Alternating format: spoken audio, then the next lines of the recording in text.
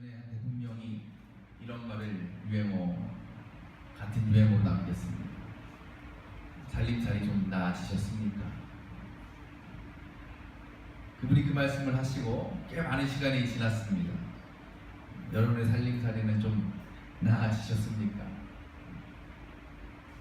아니에요.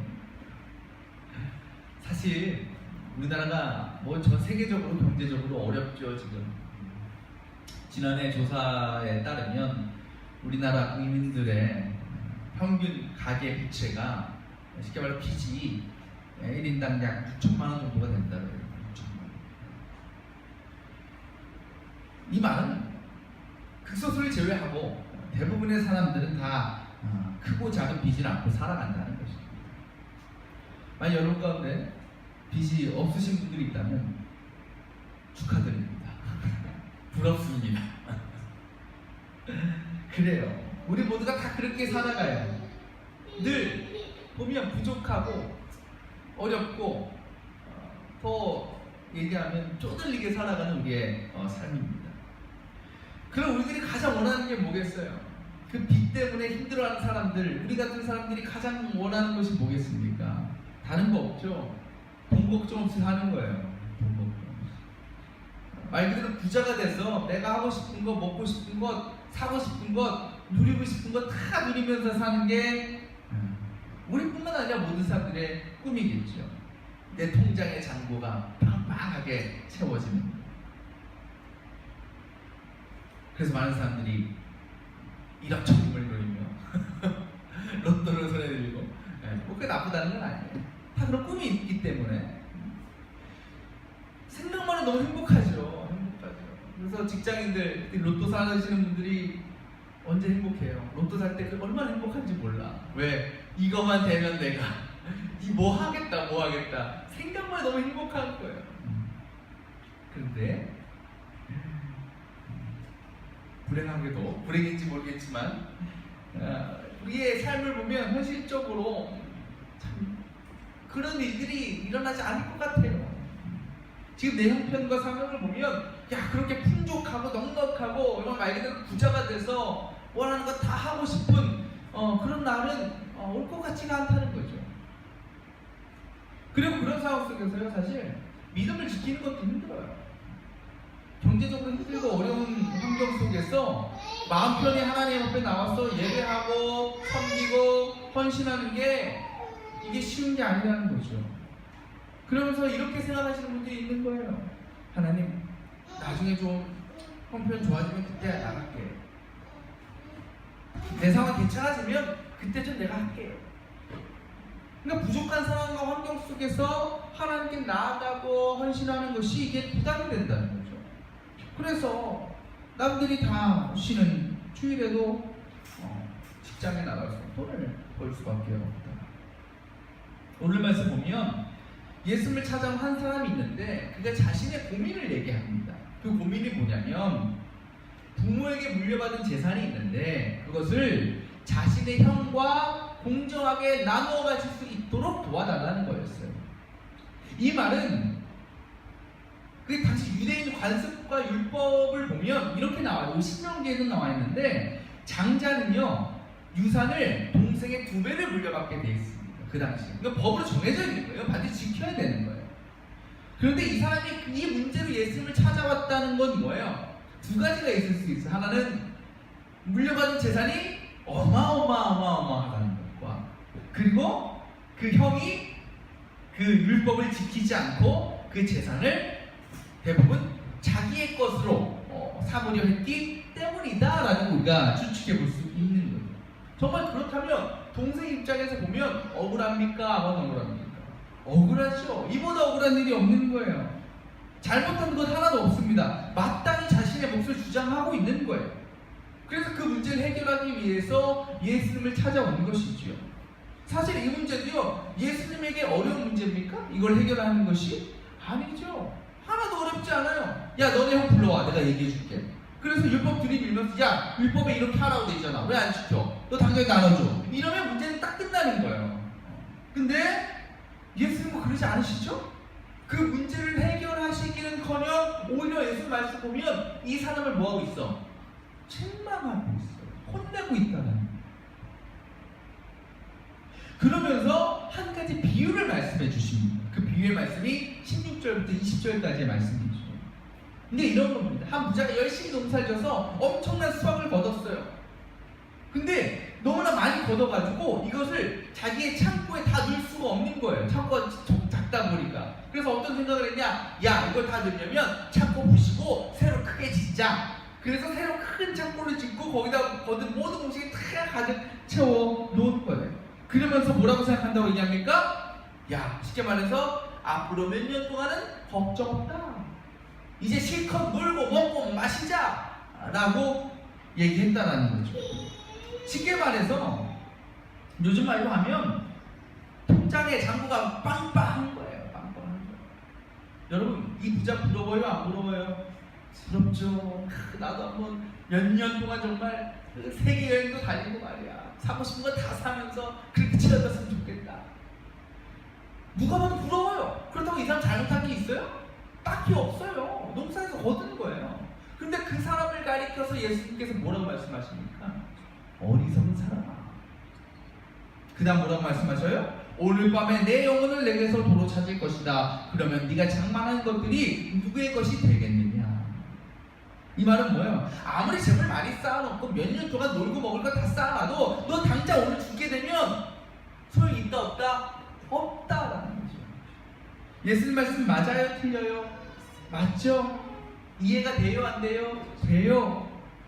정말 그렇죠. 정말 아무리 쌓아놔도 죽으면 못 끝 아닙니까? 우리가 그랬잖아요. 그런 말 있잖아요. 태어날 때는 주먹 꽉 쥐고 태어나지만 갈 때는 다 비우고 간다. 여러분, 그렇다고요. 이 예수의 말씀을 여러분 쉽게 받아들일 수 있어요? 없어요. 예수의 말씀대로 하면 뭐가 되는 거예요? 열심히 일해서 돈 벌고 모으는 것 뭐 되는 거야? 다 부질없는 거야. 막 죽으면 끝나는데 뭘 그걸 모으고 있어. 예수 말씀대로라면 언제 죽을지 모르는데 어차피 다 쓰고 죽지도 못하는데 그거 모아두는 거? 미련하다. 이렇게 예수님께서 말씀하신다는 거예요. 그리고 성경을 보면 예수님께서 특히 부자들에 대해서 굉장히 부정적인 시선으로 바라보시는 것 같아요. 우리가 마태복음 말씀도 잘 알지만 19장 23절에 부자는 뭐하지 못한다? 하늘나라에 들어갈 수 없다라고 말씀하시는 거예요. 예수님을 부자는요 늘 악한 사람, 천국에 들어가지 못할 사람, 멸망받을 사람 이렇게 얘기하시는 거예요. 그 말씀을 보면 부자가로 사는 것이 무슨 큰 죄를 짓는 것 같아요. 돈을 많이 벌고 모아두는 게 해서는 안 되는 일처럼 보여요. 하지만 정말 그럴까? 만약 정말 그렇다면 성경에 나오는 위대한 인물들은 다 어때야 돼? 가난해야 돼요, 하나같이. 근데 그렇습니까? 아니, 구약만 봐도요 우리가 흔히 말하는 거부들 많아요. 대표적인 인물 누굽니까? 아브라함. 또 그의 자손들 이삭, 야곱 얼마나 부유한 사람이었는지 몰라. 시제한가서도 마찬가지예요.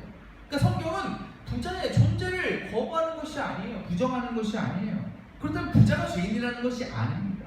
돈을 많이 벌고 모으는 것이 잘못된 것이다 라고 말씀하시는 것이 아니에요.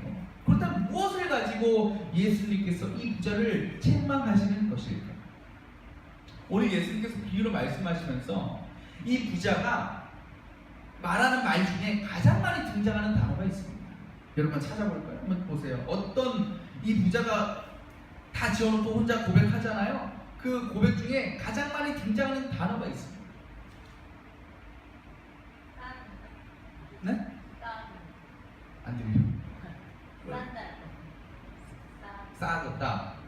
가장 많이 등장하는 거예요. 그렇지. 나. 보세요. 내 곡간, 내 곡식, 내 물건, 내 영혼, 나는 마음껏 놓고 먹고 마시고 즐겨요. 그렇죠. 나. 여기서의 이 부자가 큰 창고를 만들고 곡식을 다 가득 채우려는 목적이 분명하게 드러나죠. 뭐 때문에? 오직 나 때문에. 내 자신 때문에. 이 부자는요 모든 것이 누구 거야? 내 거다라고 생각하고 있어요. 심지어 뭐까지도, 자신의 영혼까지도, 자신의 생명까지도 내 것이다라고 생각하고 있다는 것입니다. 그 모든 것이 내 것이라고 생각하니까 그것을 누구를 위해 사용할 수밖에 없는 거예요. 내 자신만을 위해 사용할 수밖에 없는 거예요.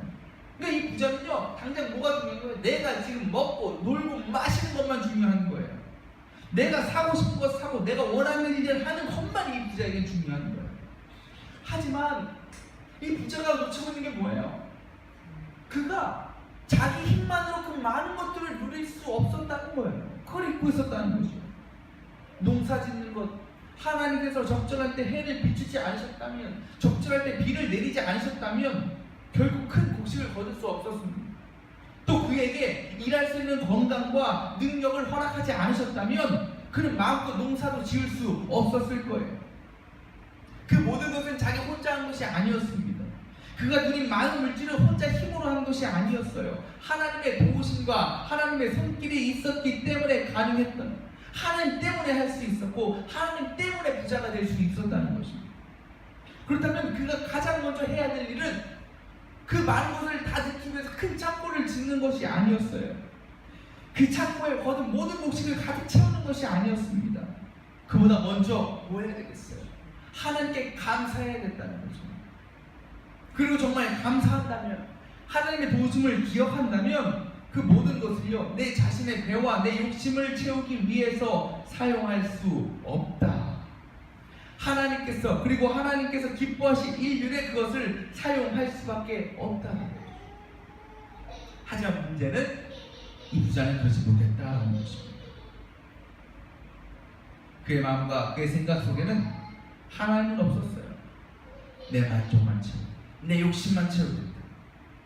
하나님의 큰 도우심을 받고도 그것을 깨닫지 못하는 것입니다. 이것이 예수님께서 그에게 어리석은 사람이다라고 말씀하신 이유입니다. 예수님을 찾아온 이 사람도 마찬가지예요. 예수님께서 그의 요청을 거절하시면서 그를 책망하신 이유는요, 그가 부당한 것을 요구해서가 아닙니다. 그의 상황을 이해하지 못하셔서도 아닙니다. 뭐 때문에? 그의 목적 때문에. 그의 목적이 뭡니까? 그 부자처럼 오직 내 자신의 유익만을 위해서, 내 욕심을 채우기 위해서 그 소유를 누리려 했기 때문에. 그것도 누구 앞에서? 예수님 앞에서. 예수님이 누구예요? 구세주예요. 영원한 생명과 구원의 길을 주시는 분인데 그분 앞에서 지금 이 사람은 한낱 물질을 구하고 있는 거예요. 예수님은요, 그런 그에게 그의 아버지의 유산이 아니라 생명을 주시기를 원했어요. 물질을 주인으로 삼고 잠깐 행복하고 말 그런 걸 주시고자 하신 것이 아니라 하나님을 주인으로 여겨서 누릴 수 있는 영원한 천국의 소망과 기쁨을 그에게 허락해 주시기를 원하셨다는 거예요. 그것이 예수님께서 그의 요청을 거절하신 이유였다. 많은 사람들이 이렇게 얘기합니다. 물질로, 돈으로 행복을 살 수 없다. 여러분 다 그렇게 믿고 고백하시죠? 그런데 아이러니한 건 뭔지 아세요? 또 많은 사람들이 행복하기 위해서 돈을 번다. 돈을 모은다. 돈을 모아야 행복한다 그래요. 물질이 나에게 영원한 행복을 주지 못할 걸 알면서 난 행복하기 위해 돈을 번다라고 말하는 것이 우리의 모습이라는 것입니다. 결국 우리는 우리에게 영원한 행복을 줄 수 없는 것을 통해서 행복을 누리려 하고 있다는 거예요. 미련해요, 안 미련해요? 미련해요. 어리석어요, 안 어리석어요? 어리석어요. 그렇다면 우리는 어떻게 그 문제를 극복할 수 있을까? 어떻게 더 이상 썩어 없어질 것에 목숨을 걸지 않고 영원한 행복을 누리며 살 수 있을까? 특히 우리 그리스도인들이 방법은 오직 한 가지밖에 없어요. 너무나 간단한 거예요. 그것이 무엇이겠습니까? 하나님을 우리의 주인으로 모시는 거예요. 모든 것을 허락하시는 분이 누구다? 하나님임을 우리가 믿고 고백하는 거예요. 우리가 그렇게 믿고 나면요, 그렇게 고백하고 나면요, 그때 발견할 수 있어요. 뭘? 내가 누리고 얻는 모든 것들을 통해서 하나님의 계획이, 섭리가 있구나. 그걸 깨닫게 되면 우리의 삶은 변화돼요. 나를 도우시는 하나님을 더욱 의지하게 돼요. 나의 시선이 나 자신이 아니라 하나님과 내 이웃에게 돌아가게 되어 있어요. 그래서 더 많은 것을 보관하기 위해서 더 큰 창고를 짓는 것이 아니라 지금 창고에 가득 넣어두고 남은 것들을 하나님을 위해서 그리고 다른 이들을 위해서 나눌 수 있는 마음이 우리에게 생긴다는, 사랑이 샘솟게 된다는 것입니다. 그것이 이전에 누리지 못했던 참 기쁨과 행복과 만족을 우리 안에 차고 넘치게 만들어 준다는 거죠. 그때 이것이 진짜 행복이구나라는 것을 우리가 깨닫게 된다는 것입니다. 복, 우리가 많은 것을 누리지 못할 때도 마찬가지예요. 풍족하지 못할 때도 마찬가지예요. 하나님을 주인으로 삼는 사람에게는 하나님께서 어떤 상황과 환경에도 감당하고 살아갈 수 있는 지혜를 허락해 주신다는 것입니다. 적으면 적은 대로, 부족하면 부족한 대로 그 안에서 감사의 삶을 누리게 해 주신다. 그것이 진짜 행복이라는 거죠. 여러분, 박혜진이라는 탤런트 잘 아실 거예요. 박혜진. 저도 참 좋아해요. 아시죠? 박혜진? 모르죠?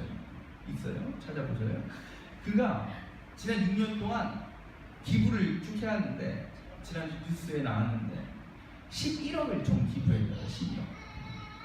그리고 이 친구가 매년 그 어려운 이웃들을 위해서 겨울에 자신의 밴드하고 연탄 봉사를 이렇게 해요. 자비로. 참 귀하죠. 참 좋은 사람일 것 같아요. 근데 그가 그렇게 많은 액수를 지금 기부하면서 계속 봉사를 하는 이유가 무엇인가? 이유는 너무나 간단한 거예요. 그가 이렇게 얘기하는 거예요. 제가 받은 사랑에 보답하는 것은 너무나 당연한 일입니다. 난 많은 사랑 받았으니까 다시 돌려줘야 된다. 이건 이 사람한테 너무나 당연한 일이라는 거예요. 어떤 분들은 그렇게 생각할 수 있어요. 야, 수십억 벌었는데 그 정도는 하지. 나도 그 정도 했으면 그 정도 낼 수 있어. 정말 그럴까요? 정말 그럴까요? 아니에요. 그가 기부를 할 수 있는 거는요, 단지 돈이 많아서가 아니에요. 어디 쓸 데가 없어서가 아닙니다. 대중으로부터 받은 그 사랑을 잊지 않았기 때문에, 단지 그것뿐이에요. 잊지 않으니까, 그걸 기억하니까 할 수밖에 없는 거예요. 하게 되는 거예요. 자연스럽게 그렇게 된다는 것입니다. 그가 그것을 깨닫지 못했다면 아무리 수백억, 수천억을 벌어도요, 한 푼도 내어놓을 수 없었을 거예요. 혹 적은 것을 내어놓았다고 해도 아까워하면서 내어놓았을 거예요. 하지만 그가 그 사랑을 잊지 않았기 때문에 마땅히 자신의 것을 내어놓을 수 있었고, 그것을 통해서 이 사람은 이것이 진정한 행복이다 라는 것을 깨닫며 지금껏 살아오고 있다는 거죠. 여러분께 묻고 싶습니다. 두 명의 사람이 있습니다. 돈은 많고 부유한데 그의 삶을 보면 기쁨이 없고 감사가 없어요. 또 한 사람은 겉으로 보면 그게 넉넉한 것 같진 않은데 부족하게 사는 것 같은데 늘 보면 기뻐해, 감사해, 행복해해. 둘 중에 누가 더 행복한 사람이에요? 당연히 두 번째 사람이죠. 여러분, 두 번째 사람 같이 사시길 바랍니다 라고 하면 안 되겠죠? 감히 아멘 못 하시겠죠? 저 여러분께 이렇게 말씀드리고 싶어요. 여러분이 두 번째 사람 같이 되십시오 라고 말씀드리지 않겠어요. 여러분, 부자 되세요. 부자 되세요. 옛날 유행어처럼 대박 터지세요. 돈 많이 버세요. 꼭 단 하나님을 주인으로 모시는 부자가 되시기 바랍니다.